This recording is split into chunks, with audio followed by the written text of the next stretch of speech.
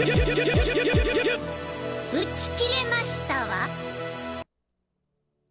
everybody, it's Mark from the Crystal Chronicles, here to City of Final Fantasy Opera Omnia podcast. We come to you live on Twitch every Thursday night at 8 p.m. Central Daylight Time at the Crystal Chronicles. Myself and Minos Spellgood bringing you all your Defo news and talk. Hey, we have something to celebrate. We hit 2,000 subs on YouTube. Thank you, thank you, thank you. All of you who are watching, all of you who are subbed, all of you who listen to us on Twitch and came over here and subbed, all of you who are on our Discord and came over here and subbed, all of you who listen to us on the podcast and came over here and subbed. Thank you, thank you, thank you. It's a small accomplishment, but a big accomplishment. We've been doing this for well over 3 years. Here on the podcast, on YouTube, on Twitch. That's one of our problems. We spread content out over too many venues, and YouTube's always been a slow go for us. We have a lot of success on Twitch, and our podcast is well downloaded, but we've been trying to grow YouTube here and putting out a lot of videos. So if you like this video and you're not subbed, please sub to this channel, give this video a like. Go support us on Twitch if you want. Join our Discord, tccpodcast.com for all the links. We're on Facebook, we're on Twitter, but our Discord's a great community. And as a thank you to 2,000 subs, I wanted to answer some of your questions. Now, ideally, we have time every week to answer some questions, so you can always jump on our Discord and go to podcast questions under the podcast tab in the channels, and you can submit your questions, and we try to share those on Discord. Mino and I have been hitting some strides, I think, here in this last few weeks, and so we've been doing a lot of long shows, 2-hour shows, without a lot of time for extra questions. So I wanted to catch up on the backlog of questions. So let's dig into it, and if you like this, again, give us a like and a sub, and just thank you. So this is a thank you to you. So our good friend Blartanian asks, check out Blart Defo on YouTube, and Blart's part of the live stream on Raw Life, or the live stream Twitch channel, Livestream Defo, every Monday night. Type Zoe, Blartanian, and Raw Life doing that great little stream. So given Mino's love of decision points, should you spam Barrett's LD to max his stacks or sandbag it to maximize his longevity and damage in the LD attack? You shouldn't play Barrett, Blart. He's not good. But if you are a big fan of Barrett, our friend Black Nero on YouTube has a blue Barrett, has been bringing him to content. There's going to be a couple fights. It's going to be tough. But yeah, obviously, there are different ways to play Barrett. I would suggest you not, because there are better characters. Ramza asks, usefulness of defensive artifact passives like health on tanks and such. No, do not do. There might be some arguments, I think, for Porum and HP. I think that may be the only conversation, but I think it's so... Porum's a weird situation. There are a couple characters that are just weird exceptions to the rule, but for the most part, no, your attack and your C50s take priority. Attack, max brave. Do not be getting defense for anybody. Yes, with enough debuffs or with enough buffs, defense can matter. It's not an unimportant thing, but you already have a decent amount of base stats, so the multipliers are going to be what's helped. Almost 99% of characters need attack primary, and sometimes the max brave helps. Sometimes the C50 helps again to increase attack. So yeah, don't be doing defense. Obviously, if you're not going for, you don't need perfect passives on your arts, right? But if you do want them, you shouldn't be doing defensive thing. So Crush asks, what type of content would you like to see to try and shake things up when GL hits garbage time in the JP timeline? So after a few months of Lufania Plus, the roster gets way opened up. We start getting into C90. Pretty much everyone's viability is at peak. The content, with a few exceptions, is fairly simple with the current characters. So that can always be said, but it is definitely kind of a waiting time before whatever the new era of difficulty is, which we've not hit yet in the Japanese timeline. So how can we shake things up? I think not necessarily sagas as in like this character, I want to run this character through all the content, but a little bit more themed oriented teams I think would be fun. So some theme challenges, not just our general. We don't even know how the TCC challenge is going to evolve moving forward, but what are just some general ideas, for some themes? So like Final Fantasy V theme or 7 theme, things like that. I think that would be fun. Maybe some things we can do and some giveaways we can do based on that. Poto Cedar, our TCC intern, thank you, Poto, for these backgrounds and so much more. Poto's a great part of our podcast team. He says, with JP almost done with LDs, do you think it's more likely we'll get time-traveling LDs or a global first BT plus? I think we could potentially get an early BT plus of a character that's kind of on the off banner. I think our 2-week characters are going to remain the same, and so a time-traveling BT that takes away from the 2 weeks is probably unlikely, because that would mess up with the schedule a lot. But we could get a switch in terms of, like, we got Bartz and Y'shtola, so we could get an early one and replace, or an additional one. We get like the Start Dash banner, so we could get one of those kind of BT pluses that are thrown in kind of as a second banner. We could get one of those early, but I think we might get a lot more early BT pluses in GL, and then with these characters that might get the new weapons coming soon.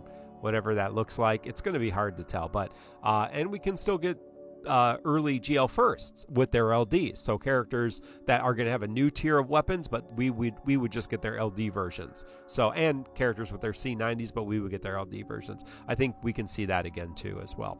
Silocons asks, how would you feel if we finally get Riku GL, but as an Orabot with damage per turn only around the same as Leon? If she's a good Orabot, great.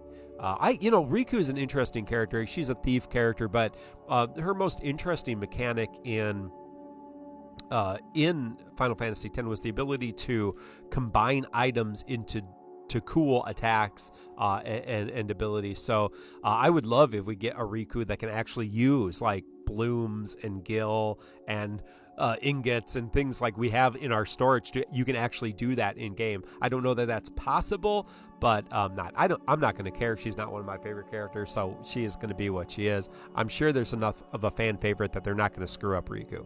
Who knows? Daniel asks, what's the most times you've reset a wave or stage before you quit and chose a different team?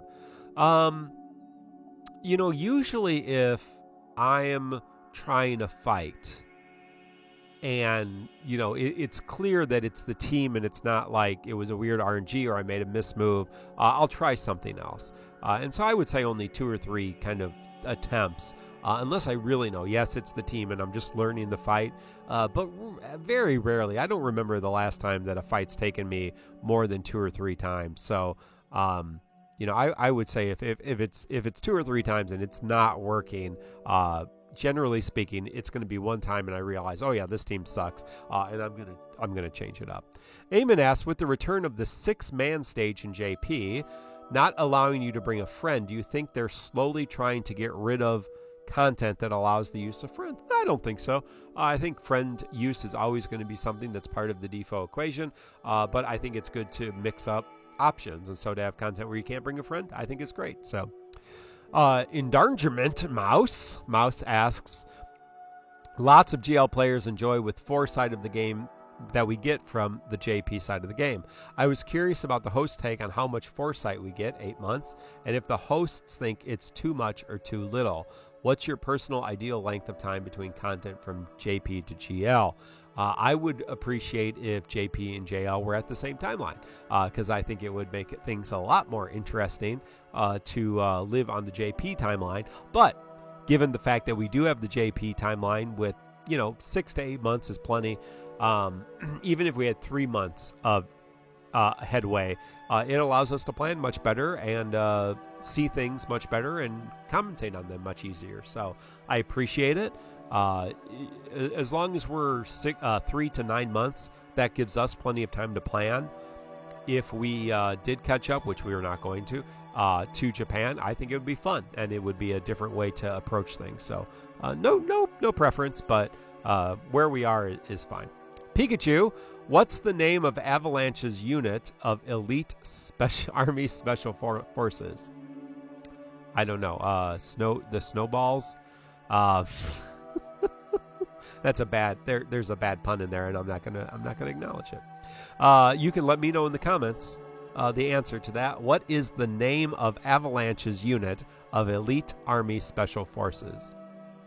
Comment below. CSAM asks, will you save on the road to 2 million come BT Plus, or do you got to catch them all? Obviously, I'm below 1 million. I'm not technically below 1 million. I have gems and boards. But I did go below 1 million, so I'm not planning to save to 2 million.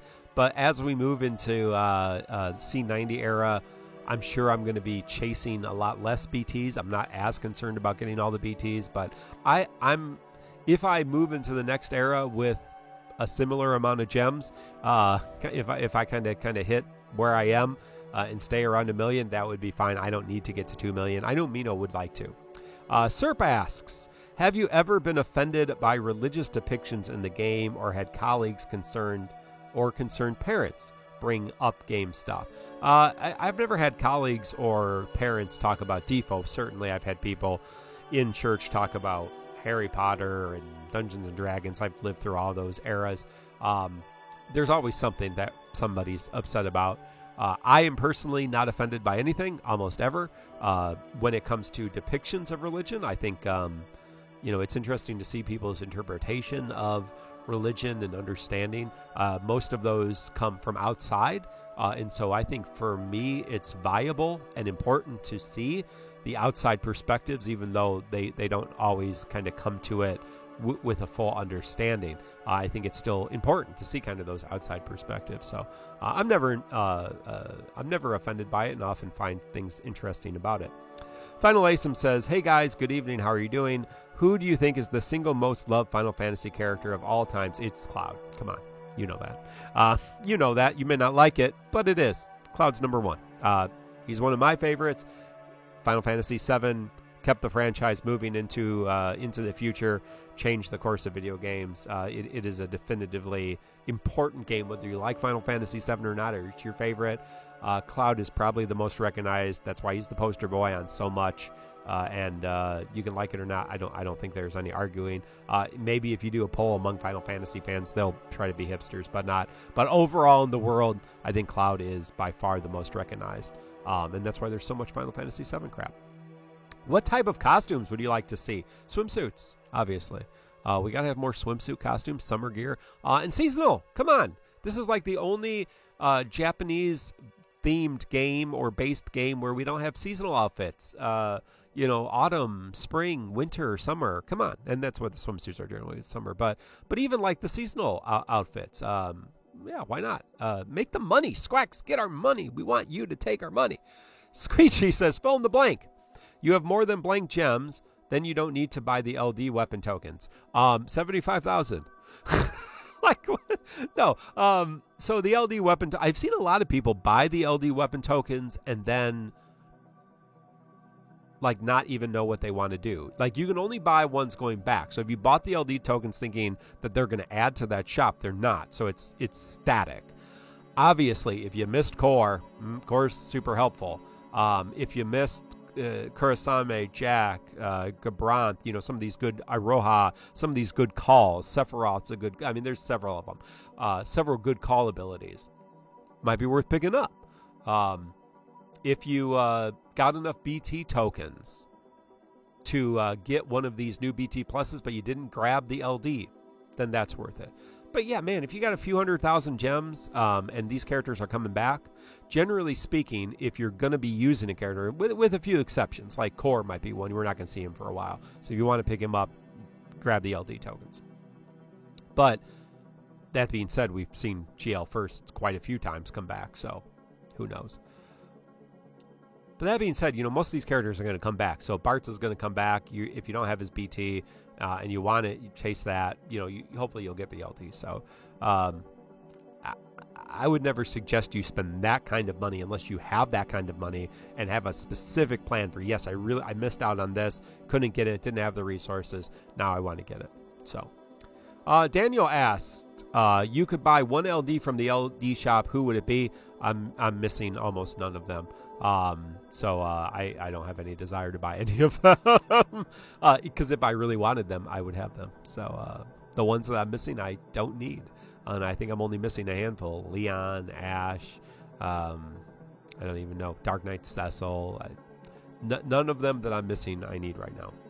Is Zidane a monkey or a cat? He's a genome, which is its own things, Podocedar. So thank you for asking. Brown Nero today. That's a worry, chat. Frog asks, when are we getting BC as a co-host? Well, BC joins us on the post show on a regular basis. BC has been on a co-host before, but BC always has his ranting hour on Wednesday night. BC is a dear friend of ours and a big part of a podcast team. So there may be a time when BC jumps on. That's up to him. But he's doing a lot of work. So check BC, Black Nero Defo on YouTube. I love his content. He's my favorite content creator. I don't know who yours is, but maybe it's us. I appreciate that. But do check out BC, and he's growing, and we want to get him to 5,000 subs and beyond that. So he says never. He's never come back on. Seif says, can we have Josepher as a special guest? Man, the time zones is really rough. I know with our UK friends. Our moderator J.A. Is on UK time. Our friends Necklord on the UK time. Goose is on the UK time. There's a few others, I think, over there in the UK. So yeah, it's a tough time zone for us. So yeah, maybe someday we'll collaborate. We'll find a way to collaborate. But for right now, when it comes to the podcast, Mino and I really feel good about what we're doing. We want to kind of lean into that and really, really perfect that to what we're doing and moving forward. I hope you enjoy it too. So this is RVK. Check out RVK on YouTube as well. Does fun videos. I always like his videos. Great editor. If the Equinox events were to become permanent style thing for GL, how often would you like to pop up? Every other month. I would love a event like the Equinox event or Abyss. More content is good content. More content is good. It's not always good content, but I'm a fan of more content. I like to have a couple of events a week. I think that keeps the game going, and I appreciate that. I appreciate the game keeps pumping out content every couple times a week. Very rarely do we have more than a week without content.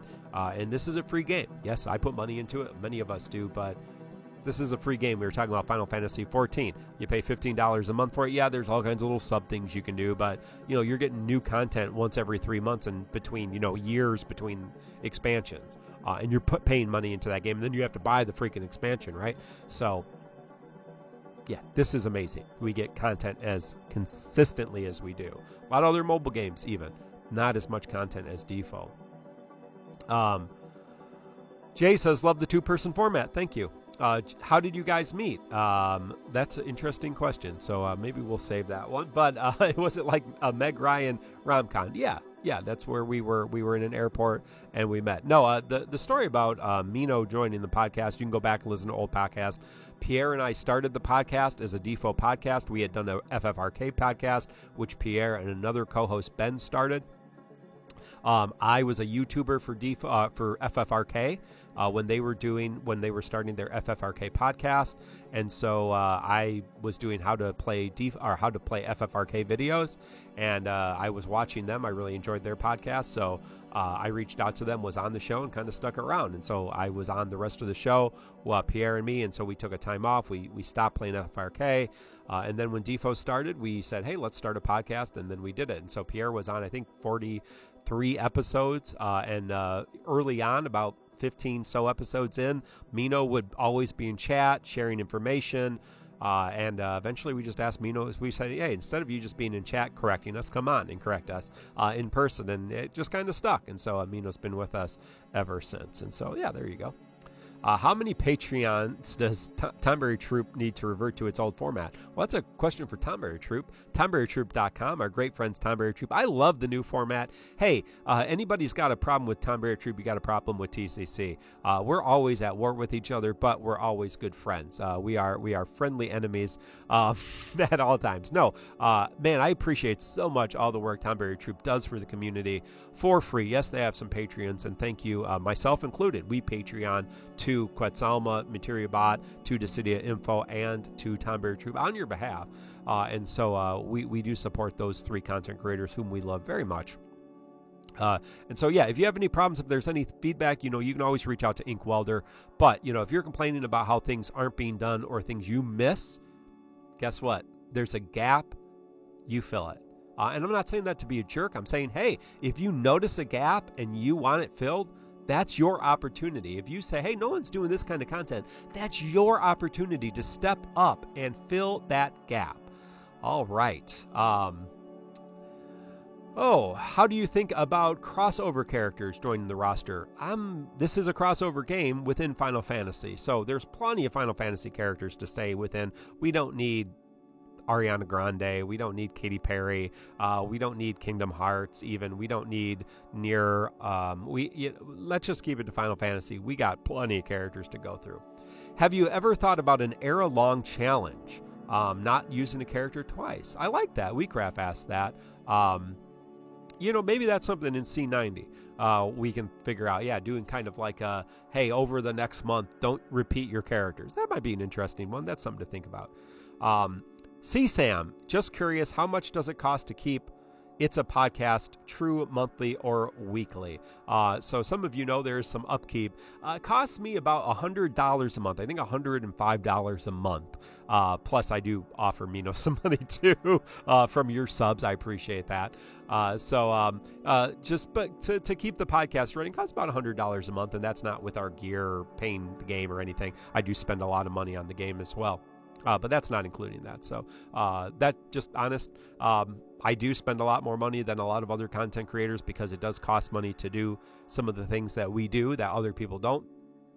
The fact that it is a podcast does cost money, and it does not make us any money being a podcast. All of our income comes from either YouTube, which is a very small amount of our income. The majority of our income comes from Twitch. So if you sub to us on Twitch, that's where we get the majority of our money. So, yeah.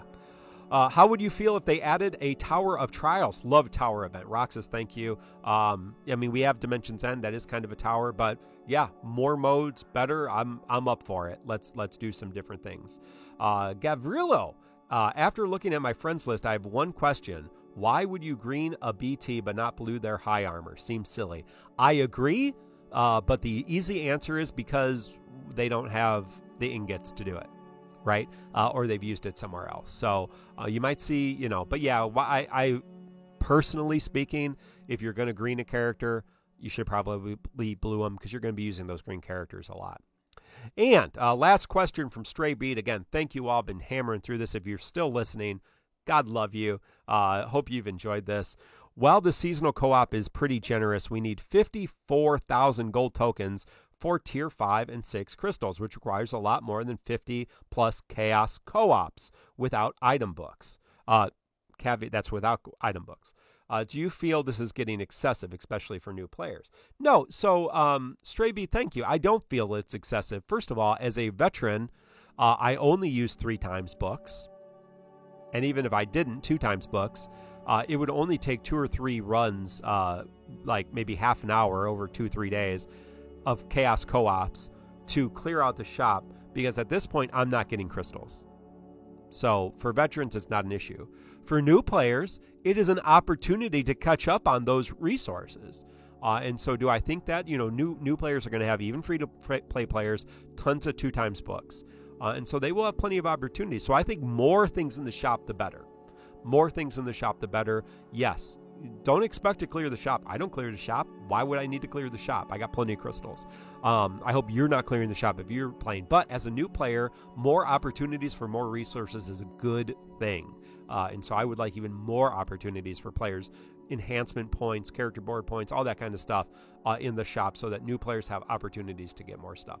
Wow. Thank you. What a crazy long video. I hope you've enjoyed it. Wanted to catch through that. If you have good questions for us, new questions for us, we'll try to get them on the podcast. This Thursday, it's time for Rain. We're going to be talking about him. I know you're excited. We're going to be talking about Sinking Guy too. A couple of Lufanias.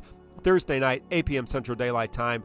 The Crystal Chronicles on Twitch. Like, sub, ring the bell. Thank you. 2,000 subs. Let's go to 3,000. We'll see you next time, friends. Goodbye.